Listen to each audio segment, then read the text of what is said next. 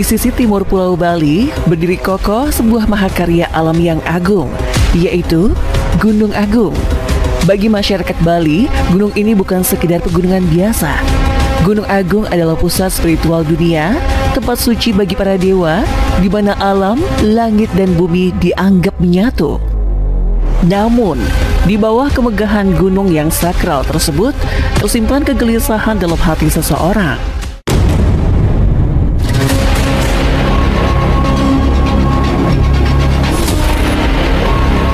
Di balai desa, di bawah cahaya obor, dadu dilempar berulang kali.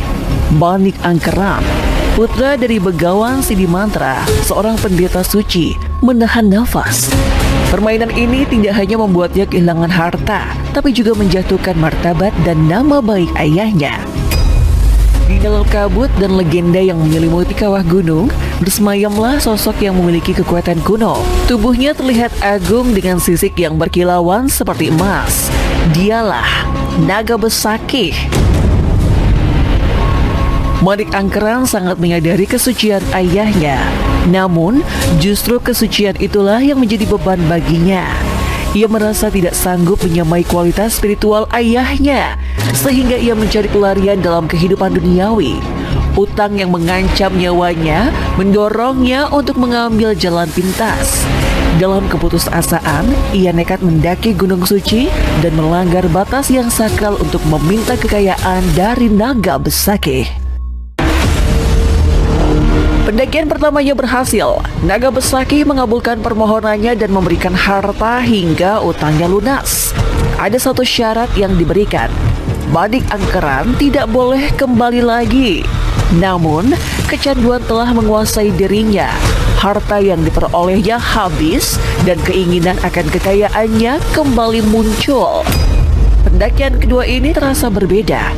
Udaranya terasa lebih berat, bukannya hanya karena ketinggian, tetapi juga karena beban kesalahan yang ia rasakan.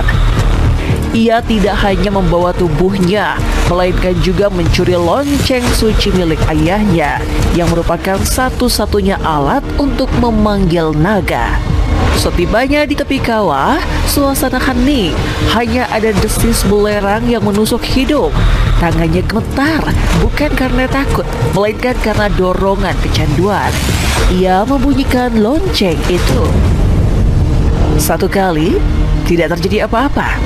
Dua kali, udara bergetar. Tiga kali, kawah itu bergejolak. Tanah berguncang. Dari lautan magma, sosok Naga Besakih muncul. Sisiknya berkilauan kuning belerang, basah oleh api. Matanya menatap Manik Angkeran, bukan dengan kemarahan, melainkan dengan kekecewaan. Sang naga tahu bahwa ini adalah dosa besar. Melanggar janji telah menodai kesucian. Namun kecanduan selalu membisikkan kata-kata, "Satu kali lagi." Dalam kemurahan hatinya yang terakhir, sang naga menggoyangkan tubuhnya, dan emas serta permata berjatuhan dari sisiknya. Namun, perhatian Manik Angkeran tidak lagi tertuju pada harta yang berserakan. Matanya terpukau pada ujung ekor naga yang dipenuhi permata paling murni. Sebuah pikiran nekat terlintas. Jika aku memiliki ujung ekor itu, aku tidak perlu kembali lagi. Aku akan kaya selamanya. Keris pun terhunus. Waktu seakan berhenti. Dengan satu gerakan nekat, ia melompat dan menebas dengan suara kerak yang mengerikan, dan ujung ekor naga terpotong. Hening selama sedetik yang terasa abadi. Lalu, sang naga berteriak. Itu bukan suara binatang, melainkan suara bumi yang terkoyak. Darah naga adalah api dan magma menyembur dari lukanya. Teriakan naga memicu gempa bumi. Saat itu juga, kesabaran sang penjaga habis. Langit Bali menjadi gelap, lalu terbakar merah. Manik Angkeran tidak sempat melarikan diri. Ia membeku, lumpuh karena ketakutan. Ia melihat awan api dan abu meluncur ke arahnya lebih cepat dari bayangan. Ia merasakan panas yang menyengat dan bau belerang yang mencekik. Lalu semuanya menjadi sunyi. Yang tersisa dari pemuda serakah itu hanyalah abu hitam di atas batu yang hangus. Manik Angkeran jelas merupakan dongeng moral yang mengajarkan tentang bahaya keserakahan. Namun jika kita fokus pada pesan moral itu, kita akan kehilangan makna yang lebih mendalam dari cerita tersebut. Ada pertanyaan penting yang muncul. Mengapa leluhur Bali menggunakan metafora yang begitu spesifik untuk menyampaikan pesan mereka?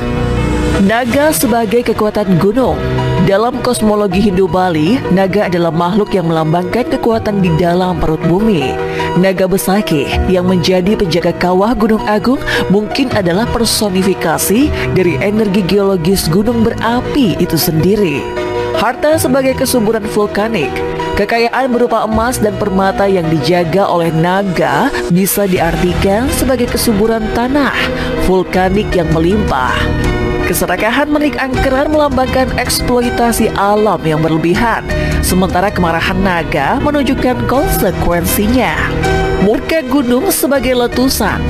Gambaran tentang kemarahan naga yang berupa semburan api, awan abu, dan bau belerang secara akurat menggambarkan letusan gunung berapi yang sesungguhnya.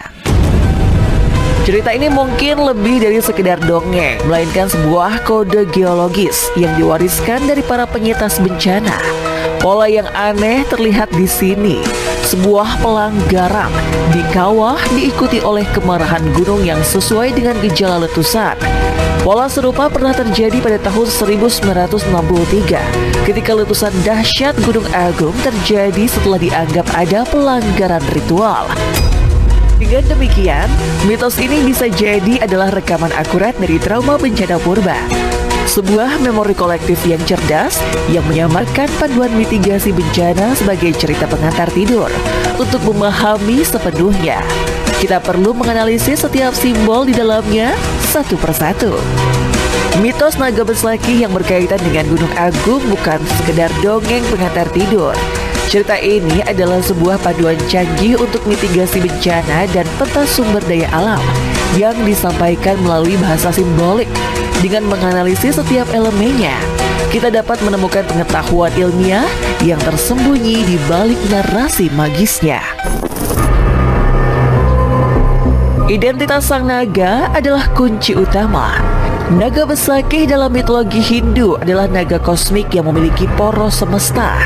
Penempatannya di Gunung Agung bukanlah kebetulan, melainkan pernyataan bahwa gunung ini dianggap sebagai lingga acahala, yaitu poros suci dunia.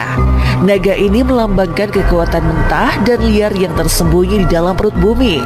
Kekuatan ini tidak bisa dikuasai, tetapi harus selalu dihormati. Mitos naga Besakih, seperti banyak cerita rakyat lainnya, berfungsi sebagai cara untuk mewariskan pengetahuan dan peringatan dari satu generasi ke generasi berikutnya. Melalui narasi yang menarik dan penuh simbol, masyarakat dapat memahami pentingnya menghormati kekuatan alam dan potensi resiko yang terkait dengan lingkungan mereka. Seperti aktivitas gunung berapi, mitos ini mencerminkan kearifan lokal dalam mengamati dan menafsirkan tanda-tanda alam. Hingga saat ini, setiap senja tiba di Pura Besakih, para peziarah masih merasakan adanya kehadiran yang sakral. Mereka merasakan nafas dari naga Besakih yang seolah terus terjaga. Meskipun saat ini Gunung Agung terlihat tenang di lerengnya, aktivitas pariwisata yang masif terus berlangsung. Hal ini dianggap sebagai bentuk eksploitasi terhadap kekayaan yang dijaga oleh sang naga. Pembangunan villa-villa di zona rawan bencana menunjukkan pengabdian terhadap peringatan yang ada. Kita mungkin tidak lagi merusak alam dengan cara kuno seperti yang dilakukan Manik Angkeran, melainkan dengan cara modern, yaitu melalui pembangunan dan penggunaan sumber daya yang berlebihan. Pertanyaannya, sudahkah kita mengambil pelajaran dari kisah tragis Manik Angkeran, atau kita hanya menunggu sampai kemarahan alam kembali terjadi? Di tengah krisis iklim yang semakin nyata, sanggupkah kita memahami tanda-tanda peringatan dari alam sebelum bencana besar terjadi lagi?